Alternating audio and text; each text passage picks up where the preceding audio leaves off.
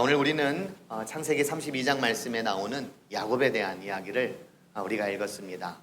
오늘 말씀은 여러분들이 너무나도 잘 아시는 그런 말씀입니다.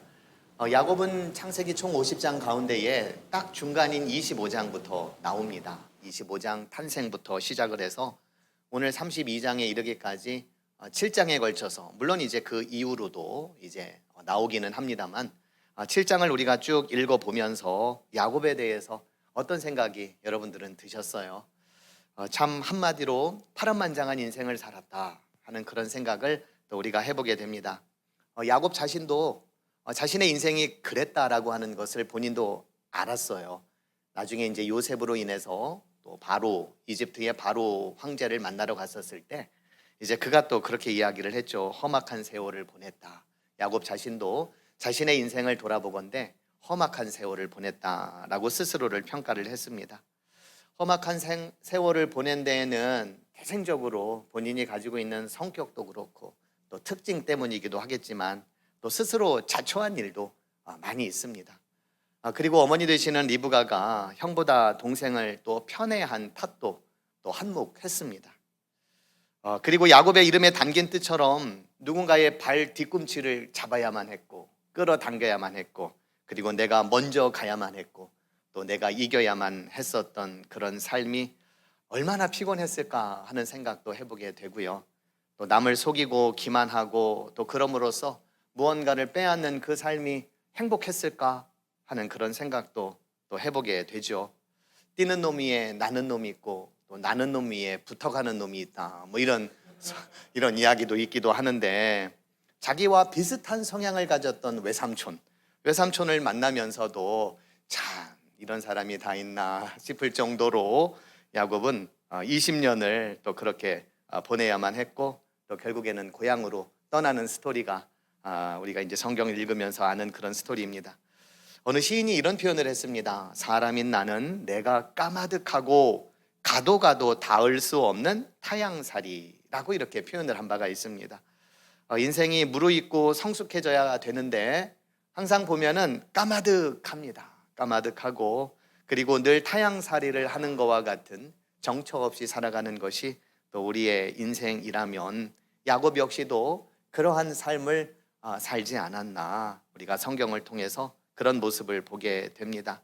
가뜩이나 고향으로 돌아가면 좀 편한 삶이 될까 싶기도 하지만 고향에 가면 자기를 죽이려고 이제 벼르고 있는 또 형 에서가 있지 않습니까? 그렇다고 보면 야곱은 애초 고향이라고 하는 것이 존재하지 않는 가련한 인생이구나 하는 생각을 해보게 됩니다. 뭔가를 많이 얻으려고 했고 획득하려고 했고 빼앗으려고 했고 누려보려고 했지만 결국에는 우리가 봤을 때는 참 가련한 인생이구나 하는 모습을 또 우리가 보게 되죠. 자, 그럼에도 불구하고 하나님께서는 야곱에게 내 조상의 땅으로 내 족속에게로 돌아가라 라고 말씀을 해 주셨습니다. 그리고 내가 너와 함께 하겠다 라고도 이렇게 말씀을 해 주셨습니다. 참 까마득한 그런 인생이지만 그럼에도 불구하고 하나님께서는 내가 너와 함께 하겠다. 참 어떻게 보면은 이런 사람도 하나님께서는 함께 하실까 싶지만 그 하나님께서는 야곱에게도 함께 하시겠다라고 말씀을 해 주셨습니다. 그래서 야곱은 이제 외삼촌 라반의 집을 떠나 이제 고향으로 이제 돌아가게 되었습니다. 자, 그런데 한 가지 또 이제 문제가 계속해서 발생하고 있는 것을 또 우리가 보게 되는데요. 사람은 부담스럽거나 또 두려운 일이 있게 되면 회피를 할 때가 참 많이 있죠. 저도 그러한 경우들을 참 많이 제 인생을 통해서 본 것 같아요. 잘하면 할 수 있을 것 같은데 잘하지 못하면 어떨까라고 하는 그런 두려움이 항상 발목을 잡을 때가 많이 있었던 것 같은데, 우리 인생이 그런 것 같습니다. 부담스럽거나 두려운 일을 만나게 되면 회피하고 싶은 그런 마음이 드는 것. 야곱에게는 그러한 일들이 점점 더 많아졌습니다. 그럴 만한 게 자신의 이름값도 잘했어야 됐지만 또 그렇게 살지 못했던 그러한 삶의 모습들이 점점 야곱으로 하여금 발 디딜 곳을 이제 점점 없어지게 만들었다. 그렇기 때문이었었죠. 그런 의미에서 야곱에게 고향으로 돌아가라라고 하는 하나님의 이 명령은 단순히 어떤 지역을 옮기는 차원이 아니라 이제는 내 인생을 좀 찾아라. 너를 위해서 너의 진정한 삶을 찾아라라고 하는 그런 명령이 아닐까 싶습니다.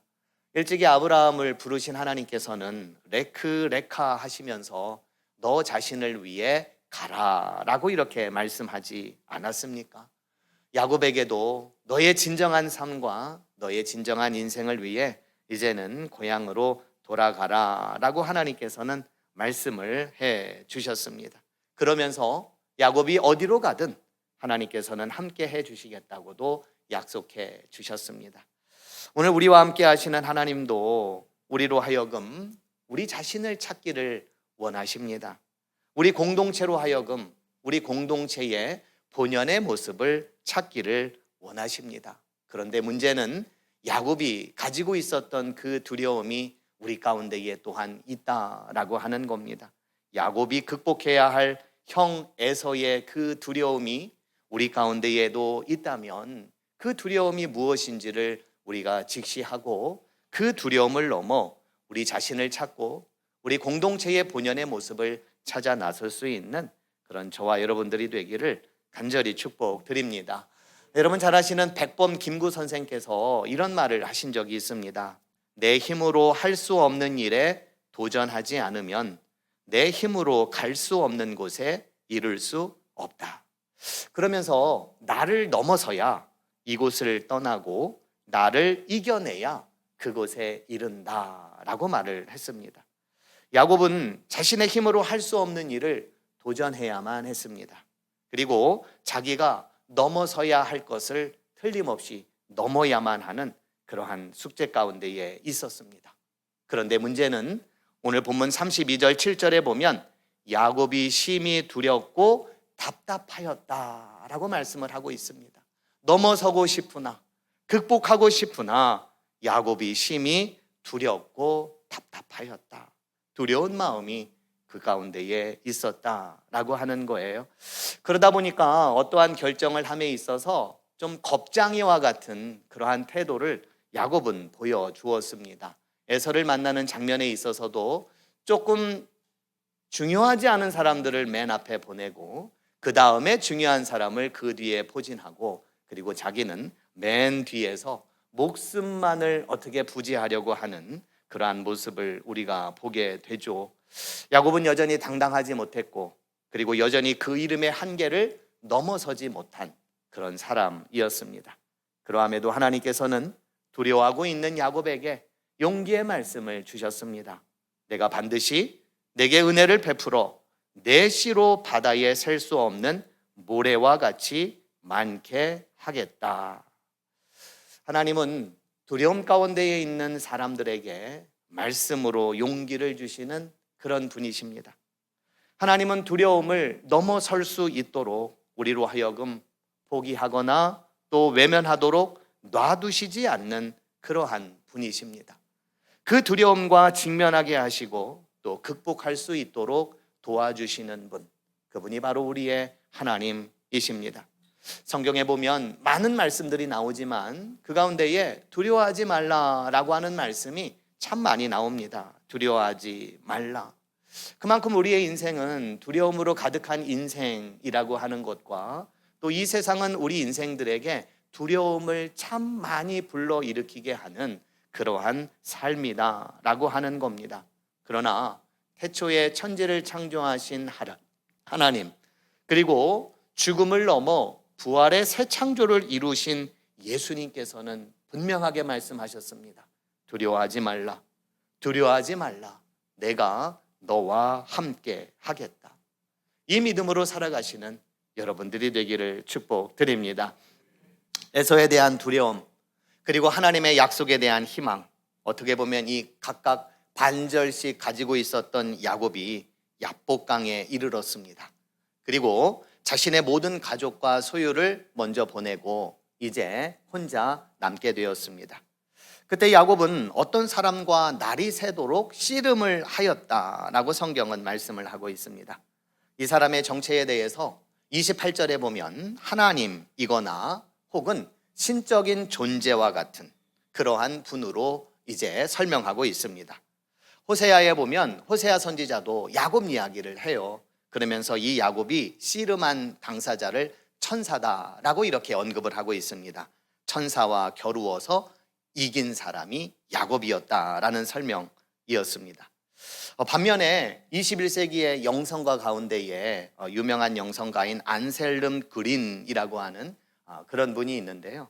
이분이 야곱과 씨름한 어떤 사람을 일컬어서 야곱의 그림자다 이렇게 설명을 한 적이 있습니다. 야곱의 그림자. 그것은 어떤 또 다른 초자연적이거나 어떤 또 다른 어떤 인물이 아니라 결국에는 자기 자신이라는 거예요. 자기 자신과의 싸움을 야곱은 했다라는 거예요. 거기에는 어떤 형에 대한 죄책감도 있고요. 그리고 죽음에 대한 두려움, 이런 것들이 야곱에게는 있었다. 그래서 그는 그것들과의 싸움 앞에 놓여져 있고 또 그것들과 싸워야 했고 또 그것들을 이겨야만 하는 그런 상황 가운데에 놓여 있다. 이렇게 설명을 합니다. 우리도 싸움에 대한 이야기를 하면서 자기 자신과의 싸움에 대해서 많은 이야기를 하죠. 결국에는 나를 이겨야 한다. 아까 김구 선생께서도 그런 이야기를 했지만 나를 넘어서고 또 나를 이기고 또 나를 극복할 수 있는 자신과의 싸움, 여러분들은 아마 한두 번쯤, 아니 그 이상 그렇게 하셨을 거예요. 그리고 지금도 그런 싸움을 하고 계실 겁니다. 저도 그렇고요. 여러분들도 그렇고 우리는 인생이라고 하는 어쩌면 끊임없는 투쟁 가운데에 있고 그 싸움 앞에서 우리는 두려움 가운데 떨기도 하지만 그러나 당당하게 용기를 가지고 나아가야만 하는 그런 상황 가운데에 우리가 놓여 있죠. 씨름하면 여러분들 누가 생각이 나세요? 씨름하면은 저 옛날 기억에 저는 이만기 선수를 상당히 좋아했습니다.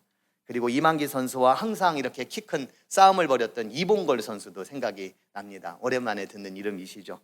그리고 이만기를 이제 누른 강호동 씨가 또 있지 않습니까? 그런데 이만기 씨는 지금은 방송인으로 또 제2의 인생을 살고 있어요. 이분의 이제 양력을 쭉 보니까 뭐 20세에 약관의 나이에 천하장사가 되기도 했고 뭐 백두장사, 한라장사 뭐 이런 씨름에서 굉장히 많은 성적을 이렇게 발휘했었던 그런 사람입니다.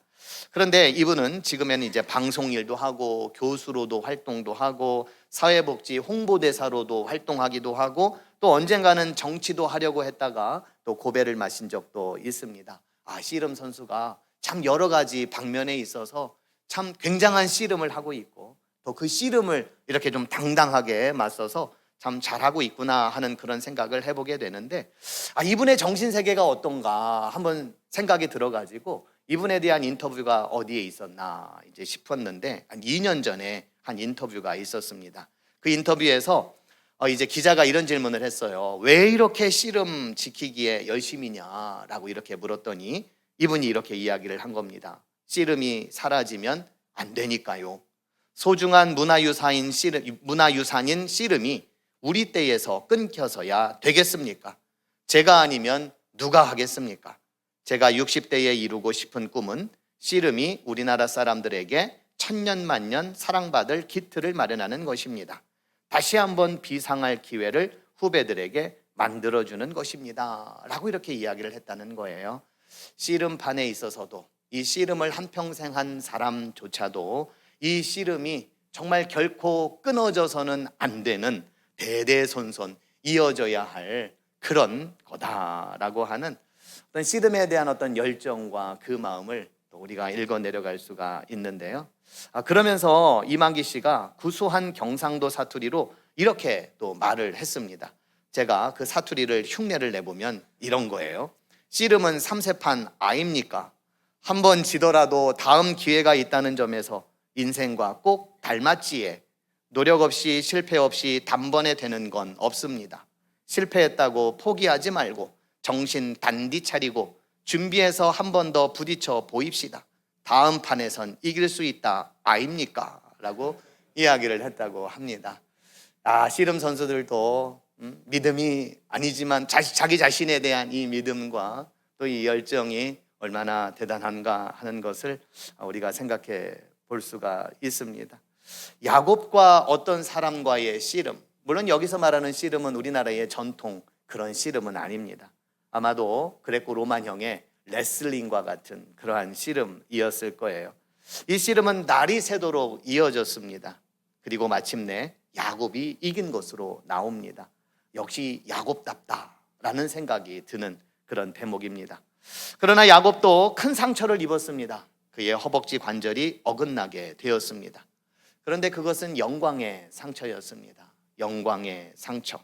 그리고 야곱은 축복을 받았는데 그의 이름이 야곱이 아닌 이스라엘이라고 불리게 되는 그런 축복이었습니다.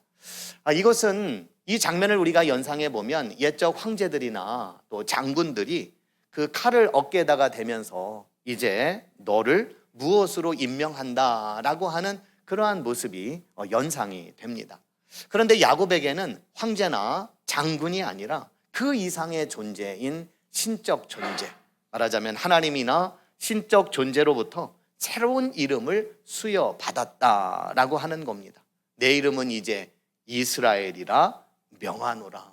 얼마나 대단한 축복을 야곱이 받았습니까? 이스라엘이라고 하는 이 단어는 히브리어 사라라고 하는 동사와 또 하나님을 의미하는 히브리어 엘이 결합된 단어입니다. 사라라고 하는 동사는 하나님이 통치하신다는 거예요.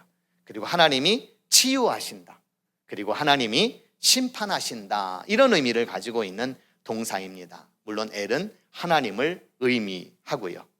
말하자면 이스라엘이라고 하는 이름으로 바꿔준 주체가 이제는 하나님이고, 이 야곱은 과거 야곱의 이름을 이제는 내려놓고 하나님이 주체가 되는 삶으로 바뀌어졌다라고 하는 것을 의미합니다. 아울러 야곱이라고 하는 단어가 남을 속이고 이용하고 원수를 짓는 그러한 삶이었다면 이제는 하나님이 다스리시고 통치하는 그런 삶으로의 변화, 여기에는 인격적인 변화 그리고 삶의 변화까지도 포함되는 그러한 의미입니다. 성경은 어떤 사람과의 씨름 끝에 야곱의 허벅지 관절이 어긋났다라고 하였습니다. 이로써 야곱은 이제 그 절름거리게 되는 그러한 상황에 직면하게 되었습니다. 언제까지 그런 신세가 되었는지는 잘 모르겠습니다. 다만 절름거리는 이 다리가 주는 의미는 옛 자아의 죽음을 상징합니다. 이제는 자기 중심적인 삶이 아니라 자신의 힘과 고집을 버리고 하나님의 은혜에 전적으로 의존하는 존재로 변화되었음을 의미하는 겁니다. 어떤 분의 해석에 따르면 허벅지 관절, 그리고 다른 성경에는 환도뼈라고 표현을 하고 있는데요. 이 허벅지 관절과 환도뼈는 인생의 근원을 의미하기도 하고요. 그리고 힘의 원천을 상징하는 그런 부위로 해석이 된다고 합니다.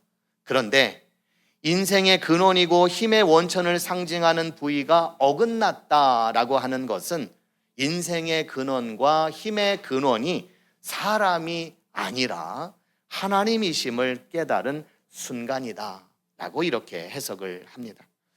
야곱은 자신의 저는 다리를 볼 때마다 인생의 근원과 힘의 원천이 하나님이심을 깨달으며 살아갔던 것입니다. 야곱은 우리가 말씀을 통해 생각해 보면 눈에 뵈는 것이 없는 삶을 살았습니다. 자신의 목적에만 몰두하였고요. 다른 사람을 신경 쓰지 않는 그러한 삶을 살았습니다. 그러나 하나님께서는 그러한 야곱에게 무척 신경을 써 주셨습니다.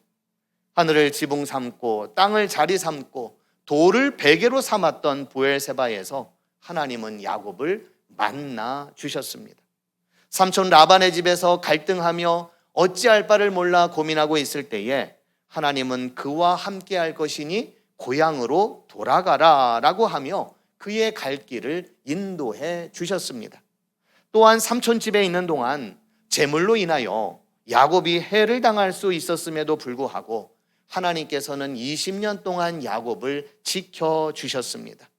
그리고 가까스로 고향에 돌아온 야곱이 형 에서와의 관계로 인해 두려워하고 있을 때에 그 두려움을 이겨낼 수 있도록 함께 씨름을 해 주셨고 저 주시며 축복을 해 주셨습니다. 저는 야곱이 이 씨름에서 야곱의 능력으로 이긴 것이 아니라 하나님께서 그 씨름에서 저 주셨다라고 말씀을 드리고 싶습니다.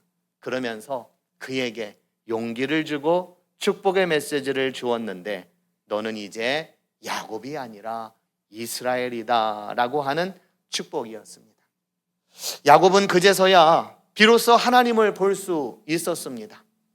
야곱이 죽자 비로소 하나님이 보인 것입니다. 야곱이라고 하는 옛 자아가 죽자 이제는 하나님이 보이게 된 것입니다. 야곱은 자신의 인생을 바꾸게 한 그곳의 이름을 브니엘이라고 하였습니다. 브니엘은 하나님의 얼굴이라고 하는 뜻입니다. 이제 이스라엘에 된 야곱의 눈에는 하나님의 얼굴만이 보이게 되는 것입니다. 어디를 가든 무엇을 하든 누구를 만나든 하나님의 얼굴만이 보인다라고 하는 겁니다. 온 세상이 하나님의 얼굴로 보인다면 무엇이 두렵겠습니까? 모든 사람이 하나님의 형상을 닮은 얼굴로 보인다면 우리가 미워할 사람이 어디에 있겠으며 우리가 사랑하지 못할 대상이 어디에 있겠습니까? 우리가 누구를 미워하고 우리가 누구를 증오하겠습니까?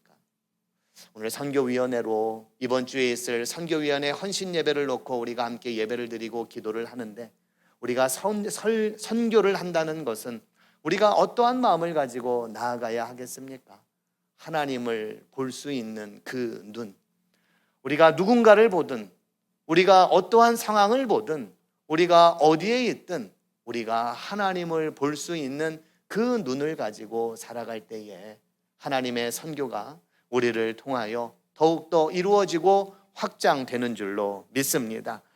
에서를 만날 때 야곱은 400명을 거느리고 있는 그런 에서 앞에 두려움으로 상당히 떨고 있었습니다. 그런데 브니엘에서 하나님의 얼굴을 본 이후에는 야곱이 전혀 두려움 가운데에 놓여 있는 모습이 아니었습니다. 두려움이라고 하는 단어조차도 나오지 않습니다. 그리고 앞에 행렬을 먼저 보내고 자신은 뒤에 있는 그런 모습도 아니었습니다. 그는 맨 앞으로 나아가 에서를 만났고 그 에서에게 인사를 했고 그리고 그 에서에게 이런 말을 건넸습니다.